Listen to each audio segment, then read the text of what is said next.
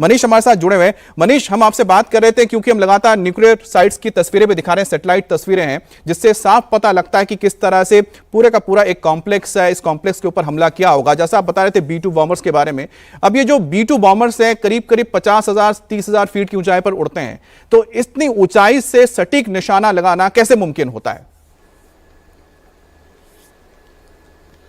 देखिए, आप साधारण शब्दों में समझिए, जो ये B-2 बॉम्बर्स हैं दरअसल स्टेल्थ कैपेबिलिटी वाले हैं, यानी ये आसानी से किसी भी रडार को चकमा दे सकते हैं। लो लेवल फ्लाइंग के साथ साथ ऊंचाई पर ये अपने टारगेट को लॉक कर सकते हैं। करीबन 30 से 40,000 या 50,000 फीट की ऊंचाई पर उड़ते हुए बहुत ही कम जो इनकी विजिबिलिटी है रडार पे, सिग्नेचर बहुत ही कम है। उसके साथ साथ ये अपने जो बॉम्बर्स हैं, बॉम्ब्स हैं, इसका इस्तेमाल करते हुए किसी भी एरिया को ध्वस्त करने की काबिलियत है। मैं आपको ये भी बता दूं कि जब ये GBU-57 Mark 1 Mark 2 यानी इसकी दो रेंज है, एक 30,000 पाउंड के लगभग का है और एक दूसरा जो करीबन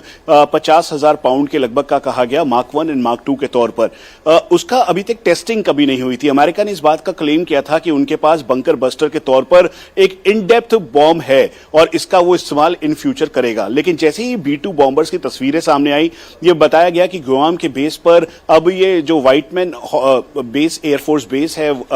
व्हाइट हॉल जो मिसूरी का है, वहां से फ्लाई करते हुए गुआम पहुंच के फिर उसके बाद ये पूरी प्लानिंग कर ली गई है। तो ये बिल्कुल तय था कि जो मेन टारगेट एरिया है उसमें ये 3 टारगेट्स हैं, लेकिन ये पहाड़ों के बीचों बीच हैं और पहाड़ों के नीचे हैं। जो इन डेप्थ के तौर पर 90 से 100 मीटर की इनकी दूरी है और करीबन 200 फीट के लगभग अलग अलग एरियाज में है। तो इसीलिए तय किया गया कि अब B-2 बॉम्बर्स का इस्तेमाल करते हुए अमेरिका इन सभी एरियाज को टारगेट करेगा और फिर उसके बाद बिल्कुल जैसा उम्मीद की गई थी वैसा ही किया गया और फिर उसके बाद इन एरियाज को ध्वस्त किया गया। जब ये बॉम्ब गए तो ये पूरी तरीके से एरिया को पेनिट्रेट करते हैं, क्योंकि 30,000 पाउंडर बॉम्ब है। ये नीचे जाते हुए इन्होंने पूरा एक होल तैयार किया। होल तैयार करने के बाद ये जब ब्लास्ट हुए तो इसका इंपैक्ट एरिया करीबन 200 मीटर का है, क्योंकि ये जो पूरी कैविटी है, यानी कैविटी का मतलब ये है जहां पे ये टनल है, जहां के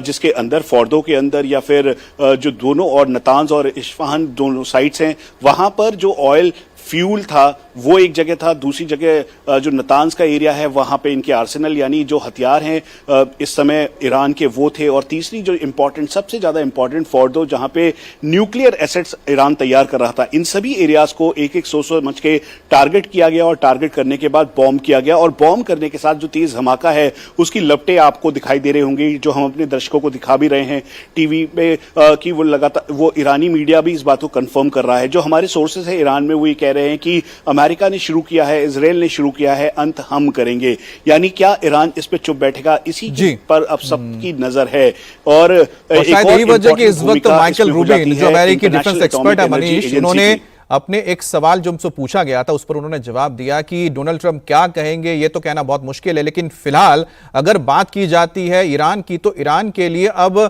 यूरोपीय देशों पर, अमेरिकी देशों पर भरोसा करना बहुत मुश्किल है। एकमात्र भारत एक ऐसा देश है जिस पर इस वक्त ईरान भरोसा कर सकता है। और हमारे साथ जनरल रामेश्वर जुड़े हुए हैं। जनरल रामेश्वर, माइकल रूबिन अमेरिकी एक्सपर्ट है, डिफेंस एक्सपर्ट, तो उन्होंने ये बताया कि इस वक्त अगर देखा जाए तो उन्होंने इस जो बयान दिया मैं आपको बता देता हूं, फिर मैं आपसे इसके बारे में लूंगा आपकी राय, क्या वो जो कह रहे हैं उसका मतलब क्या होता है। उन्होंने जिक्र किया यहां पर लीबिया का, कि लीबिया में जब गद्दाफी थे उस दौरान अमेरिका और साथ ही साथ जो वेस्टर्न कंट्रीज थे उनके कुछ एक्सपर्ट्स पहुंचे थे ये पता लगाने के लिए कि क्या वाकई में वो केमिकल वेपन्स बना रहे हैं या क्या उसका इस्तेमाल कर सकते हैं, जिसके बाद उस देश के ऊपर ही हमला कर दिया जाता है और गद्दाफी को हटा दिया जाता है। तो ऐसे में क्या ईरान ये रिस्क ले सकता है कि वो इस वक्त अलाउ करे जो यूरोपीय या फिर अमेरिकी एक्सपर्ट्स हैं वो आकर देखें कि उसका न्यूक्लियर प्रोग्राम किस तरह से चलाया जा रहा है, किस हालात में है? उनका कहना है कि इस जगह पे सिर्फ और सिर्फ एक देश है जो सबसे ज्यादा कारगर साबित हो सकता है, वो है भारत। देखिए, सबसे बड़ी बात तो ये है कि ईरान बातचीत के लिए मानता है या नहीं मानता है, ये पहला सवाल है।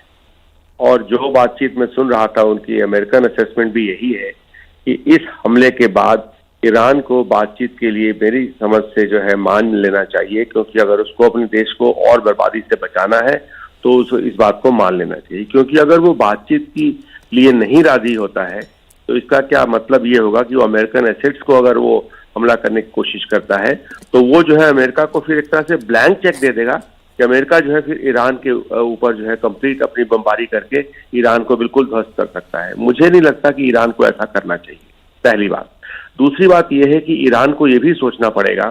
कि अगर वो इस बात को ज्यादा आगे बढ़ाता है तो क्या ईरान के खुद के अंदर, ईरान के अंदर हालात ऐसे पैदा हो जाएंगे कि रजीम चेंज हो जाएगा और आयतुल्लाह खोमेनी जो है हटा दिए जाएंगे, या इस समय जो रजीम चेंज की बात भी बार बार हो रही है तो उसकी तरफ ध्यान हट जाएगा, उसकी तरफ ध्यान चला जाएगा। तो मुझे लगता है कि अगर खोमेनी को अपने आप को बचाना है, अपने देश को बचाना है, तो आज की तारीख में उनको बातचीत के लिए एग्री कर जाना चाहिए, ये पहली बात है। और मुझे लगता है कि ये जो अभी अमेरिकन असेसमेंट भी कुछ इसी तरफ का इंडिकेशन दे रही थी कि ईरान जो है बातचीत के लिए टेबल पे अब आ जाएगा, क्योंकि अमेरिका के आ जाने से या जो पूरी लड़ाई के डायनेमिक्स जो है वो काफी बदल चुके हैं। और बार बार ये कहा भी जा रहा था कि अमेरिका जो है अगर इस लड़ाई में आता है और अगर किसी प्रकार से भी किसी भी अमेरिकन एसेट्स को ईरान थोड़ा सा भी अगर डैमेज करने की कोशिश करता है तो उससे जो है अमेरिका को इस बात की खुली छूट मिल जाएगी कि वो ईरान के ऊपर बमबारी कर सके। और ईरान कभी भी ऐसा नहीं चाहेगा, क्योंकि अमेरिका जैसे देश को, जबकि ईरान के अंदर एयर डिफेंसेस का पूरी तरह से ध्वस्त हो चुका है, उसके पास एयर डिफेंस के नाम पे कुछ बचा नहीं है, तो ईरान जो है खुली छूट दे देगा अमेरिका को। ईरान एयर डिफेंस की बात की, जिस जगह पे यानी कि फॉर्दो पे जहां पर हमला हुआ था उसके पास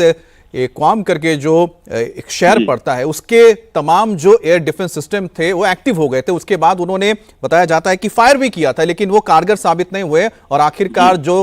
हमला था वो सक्सेसफुल रहा। ये अमेरिका की ओर से कहा जा रहा है और इजराइल की ओर से भी बातें निकलकर सामने आ रही हैं। एक और अपडेट सर हम दे देते हैं दर्शकों को। जो बातचीत हुई है ट्रंप और बेंजामिन नेतन्याहू की, जिसमें धन्यवाद दिया है बेंजामिन नेतन्याहू ने अमेरिका का, राष्ट्रपति ट्रंप का, और यह माना जा रहा है कि जो करीबी लोग हैं राष्ट्रपति ट्रंप के, उनका मानना है कि जब वो अब दुनिया के सामने आएंगे, मीडिया के सामने बात करेंगे, तो ये माना जा रहा है कि वो इस बात का खुलासा कर सकते हैं कि शायद अमेरिका अब आगे हमला करेगा या नहीं करेगा, इस पर कोई ना कोई बड़ा बयान देंगे। जो एक्सपर्ट्स तो फिलहाल ये मान रहे हैं कि हो सकता है कि इससे आगे हमला ना करे, क्योंकि जो उनको अचीव करना था, जो उनका जो मोटिव था, जो मकसद था, उसे हासिल किया है। और 3 जो अहम साइट थे, जिसमें फॉर्दो सबसे महत्वपूर्ण हम आपको बता रहे हैं लगातार, क्योंकि बहुत ही जमीन के नीचे करीब 200-250 फीट नीचे ये पूरी फैसिलिटी थी, जहां पर जो परमाणु बम बनाने के लिए, परमाणु या फिर संयंत्र चलाने के लिए जो यूरेनियम की जरूरत पड़ती है, ऊर्जा की जरूरत पड़ती है, वो तैयार किया जाता है। और अब से महज कुछ ही मिनट के बाद अमेरिकी राष्ट्रपति डोनाल्ड ट्रंप दुनिया के सामने आएंगे, मीडिया से बात करेंगे।